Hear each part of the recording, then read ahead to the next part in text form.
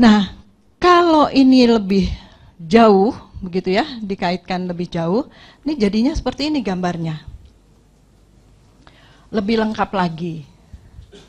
Jadi Bapak Ibu, mana saja sih metode yang masuk di dalam direct instruction? Pembelajaran langsung. Apa saja kira-kira? Ini pasti masih banyak lagi. Masih banyak bermunculan metode-metode lain. Antara lainnya ini. Kalau untuk langsung, direct instruction, ya langsung, itu structure overview. Jadi kalau kita mengantar mahasiswa, kuliah awal kan, mengantar mahasiswa, Anda mengikuti mata kuliah ini, desain pesan. Nah, apa saja ruang lingkupnya, kita cerita tentang ruang lingkupnya, kita cerita tentang apa yang mau dicapai, dibuat oleh mahasiswa dalam desain pesan itu. Nah, itu kira-kira menggunakan metode structure overview, misalnya. Terstruktur, gitu ya. Kemudian explicit teaching. Kira-kira kayak ceramah kali ya, Pak Beni ya, maksudnya ya. Explicit teaching. Kemudian mastery lecture. Drill and practice.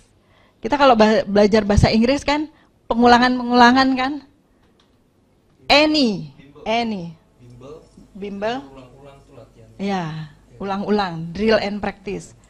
Nah, itu nanti ya, itu urusannya dijelaskan sama Pak Beni. Didaktik, question, demonstration. Jadi ini yang ruang lingkupnya gitu kira-kira antara mahasiswa dengan dosen langsung. Face to face. Tatap muka, bertatap-tatapan mukanya. Nah, kemudian indirect instruction. Kayak apa? Case studies.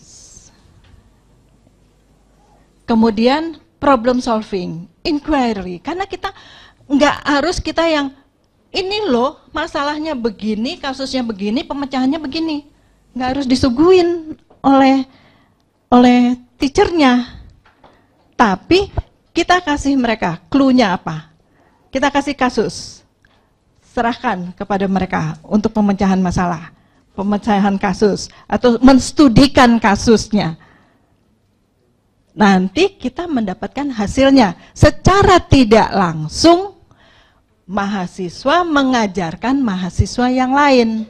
Secara tidak langsung, mahasiswa mengajarkan, memberi masukan juga kepada kita, kepada teachernya. Indirect. Kemudian interaktif instruction, debat, role playing, ya kan? Peer practice itu mentoring tuh peer practice termasuknya. Jadi kita mengangkat mahasiswa-mahasiswa yang kira-kira lumayan, dia bukunya banyak, bisa juga dia biasa browsing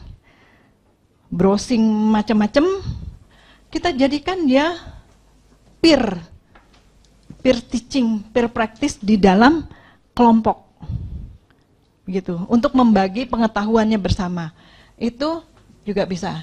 Discussion laboratory group, jadi kalau ke laboratorium, cooperative learning, problem solving, ini masuk dalam Jadi berinteraksi, adanya interaksi antar mahasiswa di dalam mengerjakan tugas misalnya, ke laboratorium misalnya, itu interaksi.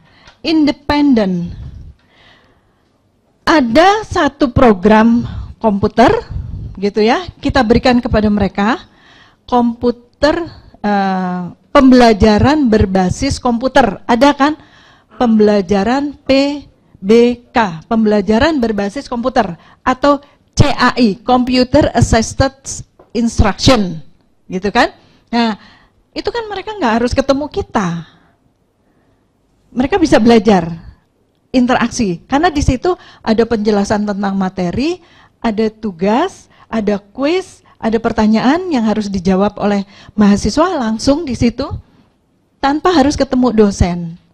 Nah, itu bisa dipelajari, bisa proses pembelajarannya dilaksanakan secara independen, mandiri. Kemudian learning activity packages, jadi modul di UT kami gitu ya, modulnya itu memang disusun sedemikian rupa, tidak harus mahasiswa itu mencari dosen begitu ya untuk belajar tentang materi kuliah.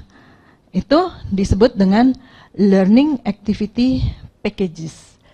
Jadi dia belajar dari paket pembelajaran, instructional materials gitu.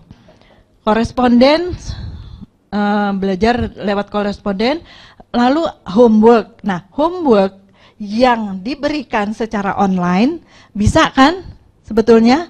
Nah, ini juga bisa dilakukan oleh Bapak Ibu, ini dengan prinsip strateginya dengan independent study. Kemudian ada experiential learning.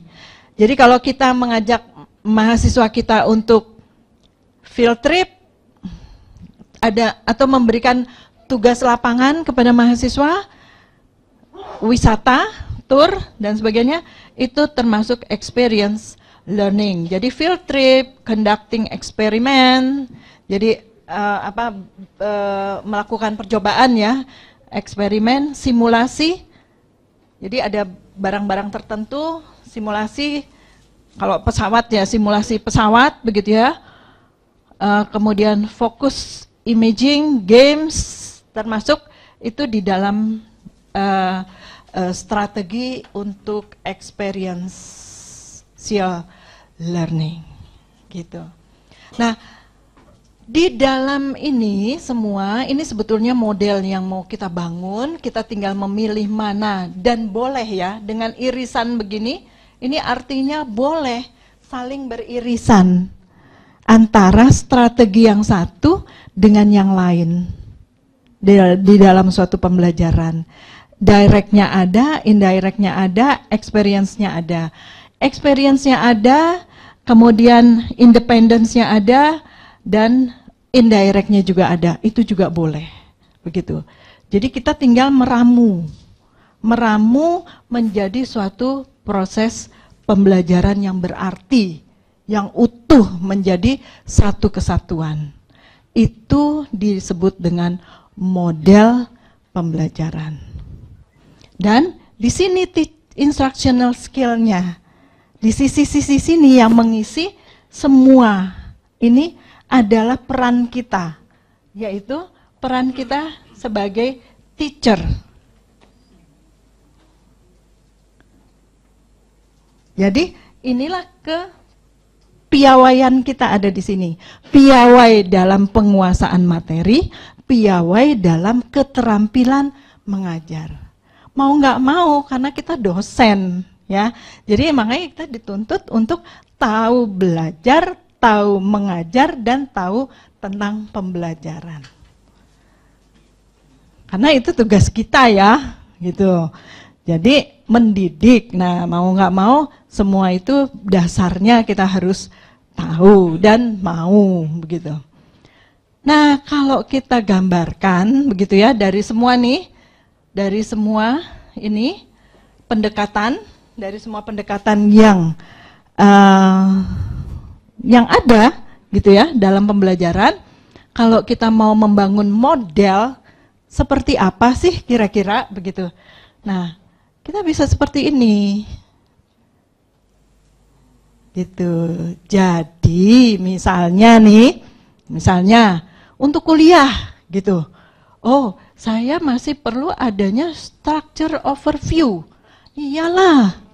Ya kan? Nggak mungkin lah selama satu semester mentang-mentang SCL, aku nggak mau, aku maunya SCL.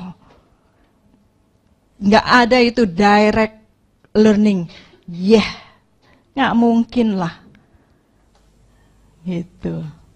Tapi kapasitasnya, ya kadarnya, jangan terlalu banyak TCL-nya. Apalagi Oh, mungkin dalam kuliah saya masih perlu adanya demonstrasi.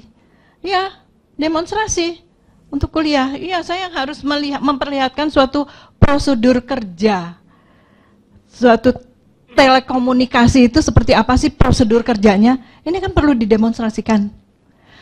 Dan perlu apa lagi? Nah, ini ambil untuk kegiatan kuliah. Nah, kemudian bimbingan belajar. Oh, untuk bimbingan belajar, saya kayaknya perlunya cooperative learning group. Saya ingin membentuk mahasiswa saya dalam kelompok-kelompok supaya mereka kooperatif mengerjakan satu rancangan program telekomunikasi yang baru, misalnya. Ya, bikin aja kooperatif untuk bimbingan belajar. Kemudian latihan. Nah, latihannya saya memerlukan reading for meaning. Misalnya, kemaknaan kan, kebermaknaan suatu pesan, suatu materi, suatu pesan, suatu informasi gitu kan, meaning. Kemudian saya juga perlu ada konsep mapping di situ. Mahasiswa perlu dilatih untuk bikin konsep mapping dari meaning